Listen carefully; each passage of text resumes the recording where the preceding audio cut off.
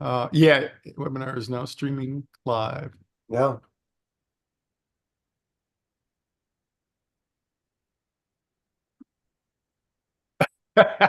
Eric, let's just assume that we're live. Let me put my Facebook page up here and see. Hi, everybody. One of two things is happening here. We're on with you or we are not. One Yeah. of two things. We're going to hope we're on with you. And guess who's not here, everybody? Our Chief Technical Officer.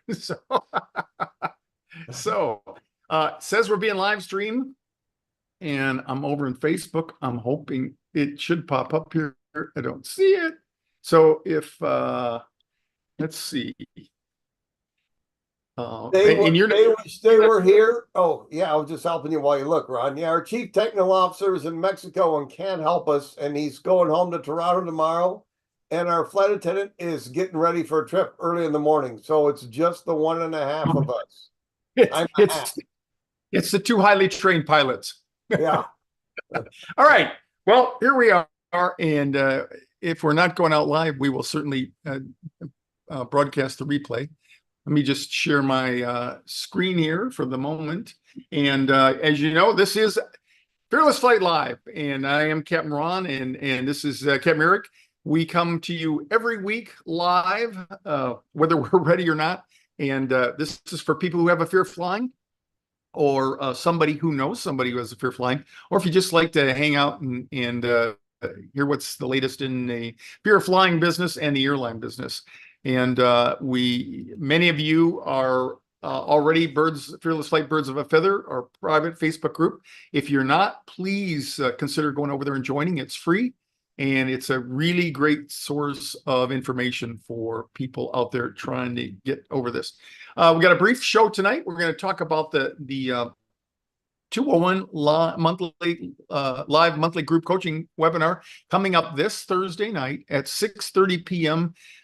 Pacific, 9:30 p.m. Eastern, and we're going to. Oh, I got the wrong slides, Eric.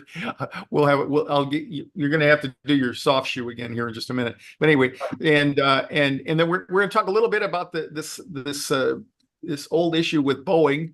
How people are just not comfortable. We used to say, if it ain't Boeing, I ain't going. Now it's, if it's Boeing, I ain't going. So we're trying to get people's confidence back up, and that's been a kind of a challenge here lately. I lost the. Okay, talk about Boeing, Eric, and or just Sure. your. So Ron, when he finds what he's looking for, he'll be right back. So Yeah. we're still getting a lot of press, and Boeing's getting a lot of press. Most of it richly deserved, I would say. But now the most minor, inconsequential thing that happens gets reported as big news and disaster averted. In a perfect world, none of these problems would have ever occurred to start with. And everybody would have had complete confidence, and it would have been fine. But ultimately, it's good that these production problems were discovered, and problems were dealt with and are being dealt with. And the fact that once they started looking, there was more things to look at is actually okay. That's a relief. That means that the FAA and the companies are taking a more stringent look at quality control and production, and whatever they find with problems that are occurring or did occur will be dealt with. And in my book right now, if the airplane is flying, the companies and the FAA consider the airplane to be airworthy. And if there was a production problem that was a X, Y, or Z thing, it either is or was not a flight safety thing. And if it is, ultimately, if the airplane isn't repaired, it will be grounded. So I don't give it a second thought when I get on that the airplane is airworthy or not. And And I would like it if you guys could do that too, because that'll free up your mind to worry about some different things. And that's just that's my input on the Boeing mess. So we're going to hear about this ongoing for probably some period of time. It will be newsworthy. It'll come up, and it doesn't mean it's any worse. It does mean that corrective action is being taken, but it'll take a while to turn the ship around. So it makes great press, and we're going to hear about it. And that's all good, Eric. And you know, you and I know that the context for this whole thing is what's happened in the industry in terms of safety. It gets safer every year. So even with these faux pas that Boeing makes and you know, crashes in the past, I mean, this has happened during all our entire career. You know, you and I have been involved with the aviation for 50 years now, me coming up on 55. And we've seen this, you know, people ask me in years gone by when the DC-10 crashed or whatever, you know, should I get on that airplane? And I always half jokingly say, yeah, you can get, you know, it's safe to get on if the pilots get on, because they're going to be right there with you. So we try to keep that in view out there, and or keep people aware of that, because it is safe. It's the safest way to travel on the planet. So keep those questions coming in. It always helps if you have specific questions, despite what Eric and I are trying to reassure you. Keep them coming, because it's a matter of time and process before you can fully internalize that. So what I want to do is I want to show you, we're going to talk a little bit about the webinar coming up this Thursday, and I want to share a video with you that we have, and that talks about the benefits of joining that. So do you see that, the screen there? Yeah.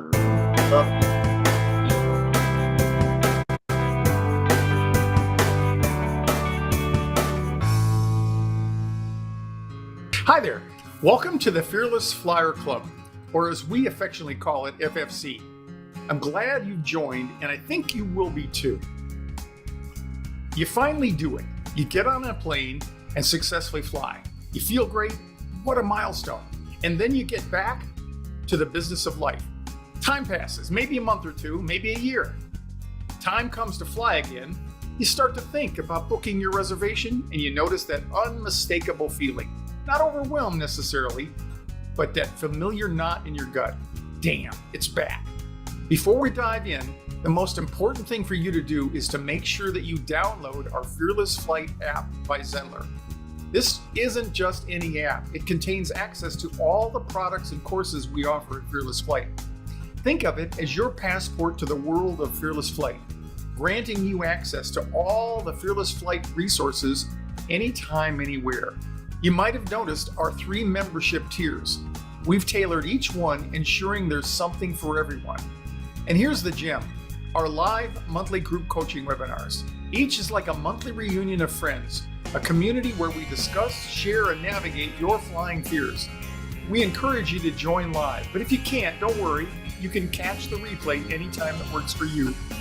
Now let's peek inside our treasure trove of tools that we offer. From soothing meditations to powerful success stories, and even exclusive discounts. It's all systematically laid out. My personal favorite, the Ask the Crew section. That's where we answer your questions and post them so that the entire Fearless Flight community can benefit. How cool is that?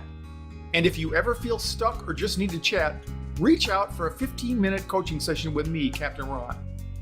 A friendly chat, a professional perspective, or maybe just a pep talk before your next flight. Remember, each time you feel anxious, you're not alone. People like Mark, who once couldn't even step into an airport, now sends us postcards from his travels all over the world. That could be you. Being part of the Fearless Flyer Club means you've already taken the first steps towards a fearless future. Stick with us, participate actively, and before you know it, the skies won't seem so intimidating anymore. Welcome to your Fearless Flyer Club. Here's to many fearless flights ahead. I'm Capt Ron, and welcome aboard. I think we did it, Eric. That was good. I pulled up the live show and I think we're broadcasting there. Hi, everyone. Hey, hi to all of you out there looking for questions. Oh man, I've reached a new level of competency here. Let's see if anybody, don't see any questions right now. Let me bring it back up to I want to put the tiers up there. So I will play from the current slide. And are you seeing the membership level there? No, I still have the blank screen from the video. Oh, here we go. 1 second, and I will rectify that. There we go. Okay, Yep, fixed. that should help. Okay, so this in particular, this Thursday night, we're gonna try something new. I just spent, I'll say, for me, it was a really wonderful time. About an hour and a half, sitting here chatting with someone who was actually flying from Nashville, just passing over our head right now on their way to Burbank. And I tell people when I do coaching calls, if you feel like you need a little support or propping up there, give me a holler. So she did. So I happened to be sitting here and I was watching my instant message, and sure enough, it popped up and she said, "Oh my gosh!" So I'm gonna take that and we're gonna construct kind of a mock-up like Eric and I used to do when we did the live 201 classes. And that mock-up is a part of the 201 course, the online course that we've done, had up for a couple of years now. But we're going to do that, and I'm going to use the chat so you can get a feel for kind of like real time, and you'll be able to immerse yourself in the session on Thursday as if you were with this particular person who was flying today. And it's a great opportunity for us to help you get into what it's like. No matter how much you prepare, when you get on the airplane or you get to the airport. She got to Nashville, and of course, what she sent, the first thing she sent me was a screen capture of a weather alert for tornadoes and severe weather just to the west of Nashville there. Show that picture, Ron. That's something else. Yeah, let me see if I can bring that up. Should be able to. If be patient. Let me stop the share, and I'll search in there. And you can just share. You and I went over that and say, what would you think? Yeah, and we don't get petrified. We immediately start problem solving and looking. Okay, how are we going to get around that? Right. And her text was something like, I'm about to panic. Yeah. What now? Yeah. Yeah. She goes, I'm going to explode out of the airplane myself. Help me. And so Ron was able to talk to her. She's in the plane now. They obviously made it. But the radar picture was something else, and it was ugly. Yeah, there it is. So for those that sharpen the focus, that's pretty much there it is. That's a little better. It's a picture of a picture. Yeah. Yeah. So that's really nasty, and just a few minutes away from impacting Nashville. So she was looking at that on her phone, which was probably a bad idea. That being said, but we as pilots, okay, one of two things is going to happen. We can take off right now, or we're going to be sitting out here with the engine shut down and wait for this to go through and take off. And so if they took off right away, if this was, I don't remember if she was at the gate or they were taxiing or number one or whatever. If they she was actually sitting in the boarding area when the boarding area. Okay. Yeah. Well, the big deal is the speed, as we would call it, the speed of area movement. How fast does that massive weather move? And so just for an example, if you took off right there, if you look up north towards Clarksville, we would say, well, there's a very thin band of light weather up there. There's no return up there that isn't green, just light rain. And so if the pilots took off and immediately went to the north, they would be able to go through any part of that green area. And then you look just west of there and it's completely clear. And you could probably do that just with your eyeballs during daylight. You could see where the light areas of weather are.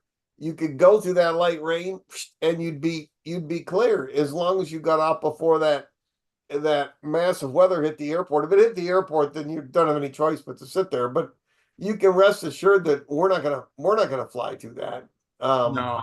And the only thing you wouldn't do is take off and go south, so that you had to go so far south to get around that. And generally, air traffic control knows what everybody's going to ask for. They're not going to put you in there, and they'll see where everybody wants to go, and they'll give you an initial heading and say, okay, Brand X airline, your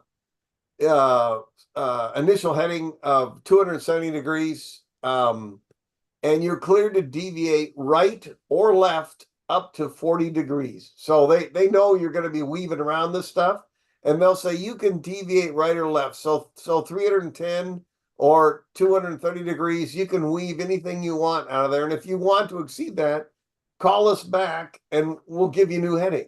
But they know you're going to weave through there, and so they'll give you a clearance that allows you to, as we would say technically, wiggle all over the place. And when you're done wiggling, you call them up and say, yeah, we're clear. Would like to request direct to Memphis or whatever the next fix is westbound down the road once you've completed deviating around the weather.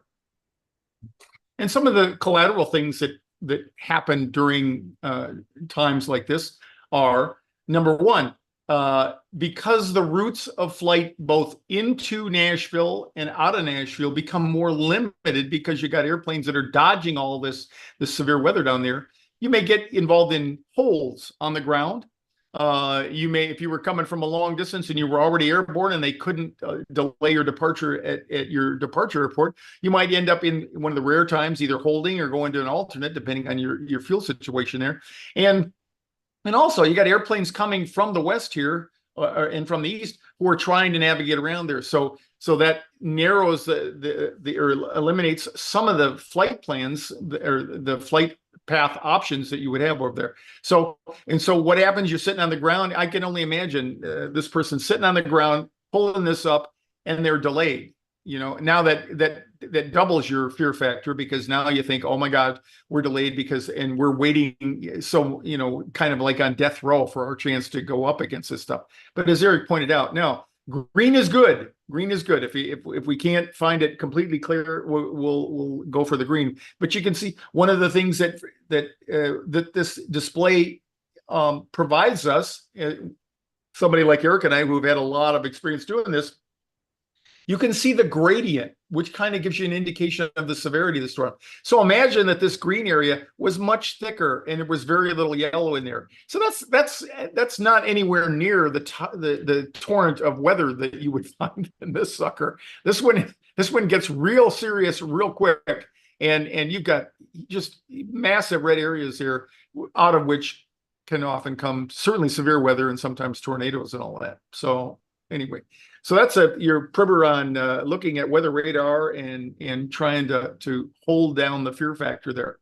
We're in this time of the year that looks like the remnant of a big old cold front coming across there, runs in all that moist air down the southeast, and that thing probably goes all the way to the Gulf if we could see the rest of it down there. But it's all gone now. I can just about guarantee you they're getting into the evening hours and it's probably past. And our flyer is just about to land on the West Coast here.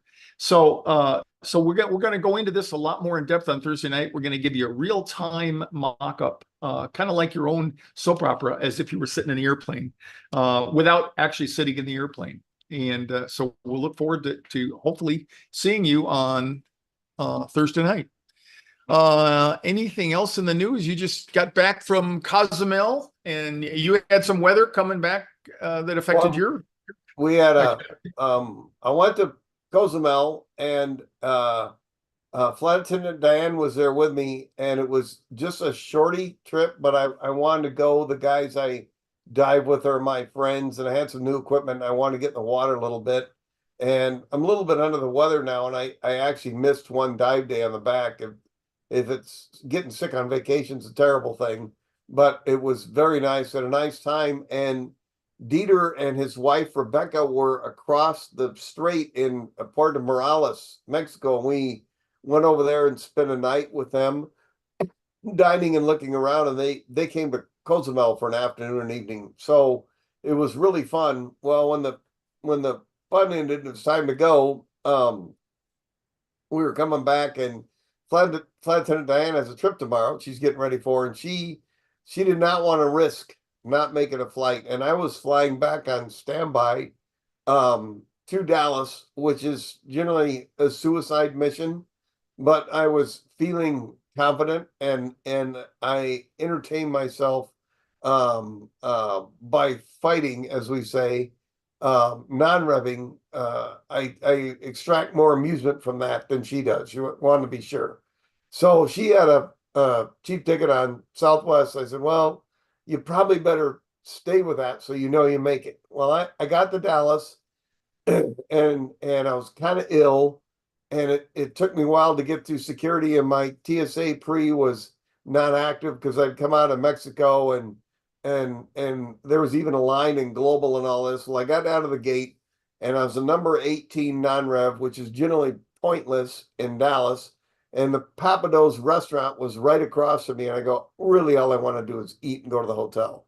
Well, sure enough, the thing working against me, excuse me, was the bad weather elsewhere in the Southeast causing inbound passengers to misconnect. So instead of being denied the seat when I was number 18 on the standby list, the gate agent just called all the standbys up and just started bang, bang, bang, printing tickets to us. And I got on the airplane and got home, tired as I was, which I thought was a possibility, but nowhere near a certainty, that I would something bad would happen. And something bad did happen to those revenue passengers. So I got home at their expense. Well, poor flight attendant Diane was coming back on a revenue ticket, and a lightning strike hit Houston Hobby Airport, where their intended destination was, and they had severe weather overhead. And the strike took out some facilities and everything else, so that the airport itself was closed. And just to demonstrate the safety aspect of this, the airplane was fueled for an alternate holding and everything else, and they went to New Orleans. So now she was not where she was supposed to be, and New Orleans has a customs office, but they're not set up for lots of flights and lots of people arriving at the same time. So that's not set up for all irregular operations at that time. Yeah, irregular operations and everybody diverting into there, which they were. So she was way back in a big line of misconnected people, and she ended up purchasing another ticket out of there to go to Dallas Love Airport and then come to Phoenix and drug it in here very late early this morning. And I'm hoping that she'll get made whole a little bit by the airline, because it's pretty obvious her ticket purchase was only to get her to where she was trying to go to start with. And what the airline was wanting to do was put people up and send them out the next day on vouchers, which is all they're required to do for a weather event. So we'll see what happens. But nevertheless, it was a gross inconvenience, but completely safe. They were just not where they all wanted to be, and it wasn't physically possible in that case. So those things happen. But we'll see how it turns out for her. But as far as the safety of the operation, it was just fine. So I'm sitting here and I'm thinking about anybody watching this, and I'm thinking, if I'm a fearful flyer, I'm listening to the content of all the weather and thinking, oh my God, if I was there, oh, what would I have been done? I've been worried about this. But if you could focus on Eric's perspective, purely selfish. He's a non-rev. If you haven't heard us use that means a non-revenue traveler. It means they don't get any money out of him. He only travels if there's a space if an empty seat in there. So now he's thinking, and we get into this mode as employees, you're sitting there, you're kind of hoping sometimes for irregularities, because that means that some people will miss their connections. Now there'll be a lot of empty seats on, and you get on for sure. So, but you never know that. But you can hear his focus is constantly on looking thinking about, okay, how's this going to affect my flight? How's this going to affect my plans? Diane, the same way. And you too can get to that point. Join us on Thursday night, and we're going to take you through a real time. We'll play with this one a lot on Thursday night, and we'll do some visualizations, some guided imagery, and we'll let you have as close as we can get the experience of being there real time. I got some chat dialogue that I'll be reproducing here, and we'll talk about what it would be like sitting in the airplane as had you been accompanying my client here earlier today. So, all right, I can't believe I actually found the page on Facebook. Here it is. Oh, great, Mary, thanks so much. Is wind the worst culprit for turbulence, or does heat play a role in that, like the Phoenix heat? Both, absolutely. So wind, if you have, you can do this at home. You take a piece of a fan. If you had a fan blowing in front of you, and you could feel it on your face, and if you pass the tissue in front, it's gonna vibrate. So that's called mechanical turbulence. That is the essence of any kind of turbulence. It doesn't matter whether it's clear air turbulence, mechanical turbulence, or related to weather and downdrafts and all that. It's always a case of one flow of air running into another flow of air. It can be a faster wind stream going over a slower one. Wherever they connect, there's eddies. Not unlike if you looked at a river coming down, when you see and it brushes up against the shore and the rocks and stuff, it creates eddies. So turbulence is always a function of the wind, if you will. It's always a function of the wind moving and bumping up against each other. Heat generates airflow because whenever you have hotter air down low and colder air up above, the hot air tries to rise until it reaches equilibrium and it cools down. So both of what you're saying there, Mary, are factors in turbulence. Let's see. Don wishes you their hopes that the dive equipment was good, Eric. It was. Let's see. I'm still here. And John saying can't wait to watch the replay from Thursday night. Well, we'll miss you, John. John's one of our regulars there, and he's probably got something going. But for sure, if you can't make it, sign up. Even if you've never done it before, sign up for the replay. Join the Fearless Flyer Club, because you get all these for free, and you can do that. I had another question. Heat is a factor to can't wait to watch the replay. Okay, the heat is a factor. Tom says less bumpy in the morning. Generally speaking, that's true. Even last night, once Eric got on the ground, you did get home last night, right? Coming out of there. I made it on the first swing of the flight, so I was pretty much on time. And what was the ride like on the way coming back out of Houston? Glass smooth. I was coming out of Dallas. Yeah, it's kind of like the big thunderstorm stuff like that's like having a big sponge. It's just full of water and stuff. And once you get that all ringed out and squeezed out, the air is pretty calm after that. So flying in the morning can be an improvement sometimes, and flying right after a bunch of weather goes through. So it's hard to predict. But those poor people sitting there in Nashville, they probably looked out to the west and they saw nothing but dark sky, I'm sure, with that. But once you get up there, I always used to say, if it's daylight out, you're always going to see sunshine if you're flying, because you're always going to be above the clouds there. So anyway, all right. Well, Eric, I hope you get better and by Thursday night, and come back and we'll ham it up a little bit.